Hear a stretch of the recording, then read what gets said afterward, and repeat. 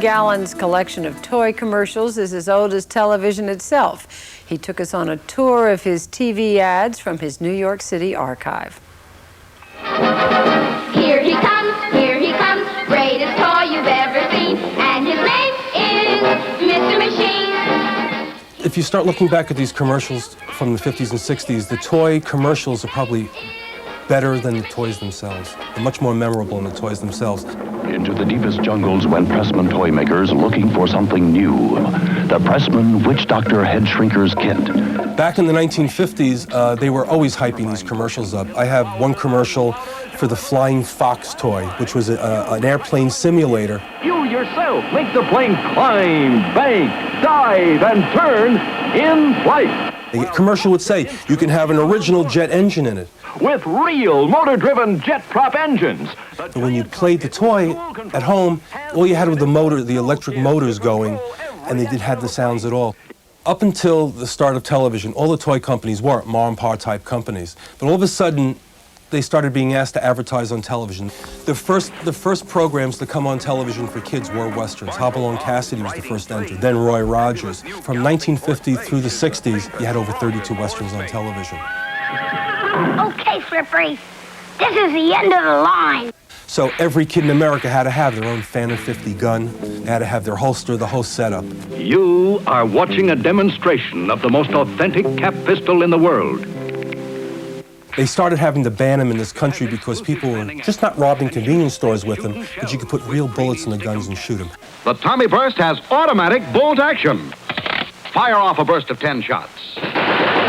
Today, if you wore this or walked in the subway, forget it, they'd be calling the police for backup. The pistol fires greeny stickum caps and shoots safe shooting shells.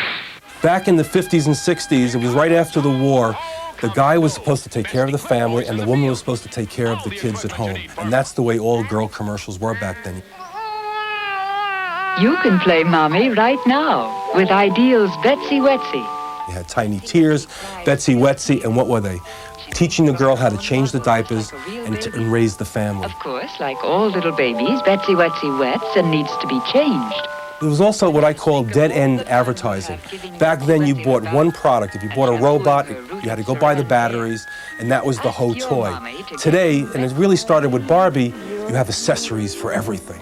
Here it is, Barbie's Dream House, the wonderful new house for Mattel's famous Barbie doll. It's completely furnished with Barbie's own dressing table, bed, studio couch, TV, and hi-fi. G.I. Joe, fighting man from head to toe, on the land, on the sea, in the air. G.I. Joe came 5 years after the success of Barbie. All of a sudden, Hasbro realized they can have a larger size doll for boys, but it wouldn't be looked at as a boy playing with a doll.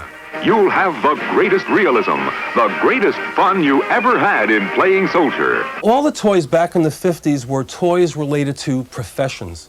If you wanted to be a jet pilot, you had jet pilot toys. You wanted to be an airplane pilot, you had that. Jimmy Jet, with the exciting moving picture screen, makes you feel you can fly, fly, fly. You had your spies, you had your train collections. If you were into cars, you had cars. This lever puts the power winch into action.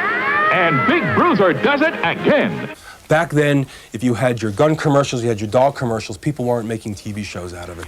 Everything today is a hype for a toy or some type of product to sell. If you see a movie today or a television show, it's almost like a 30-minute or a 2-hour commercial for a toy product.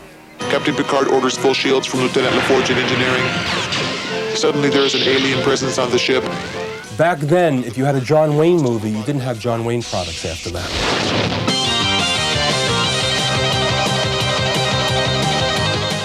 The best hype you can give a toy is to have a really good commercial.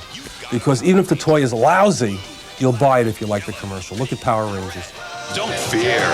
Wow, the Mighty Morphin Power Rangers are here. I mean, I don't know why anybody even likes Power Rangers. Good night. Today, I haven't seen a toy that's hit the market that has really held up. What has held up over the last 20 or 30 years? G.I. Joe, Barbie. Barbie, you're beautiful. The oldies are still the goodies. Someday I'm gonna be exactly like you. Till then I know just what I'll do. Barbie. Barbie, beautiful Barbie. I'll make believe that I am you. I'll be back in a moment. Sunday on Lois and Clark. Why can't you stop it? It ain't me. The computer's going crazy. Metropolis is out of control. And when an informant reveals the mastermind. Uh-oh. Superman! Help! Superman! The criminals want revenge. The new subway's out of control. The governor's on it. So are my folks. Can Superman save the day? Have they stopped it yet? No, it'll be here any second. Or is it the end of the line? Peter Scolari guest stars Lois and Clark. Sunday here on ABC.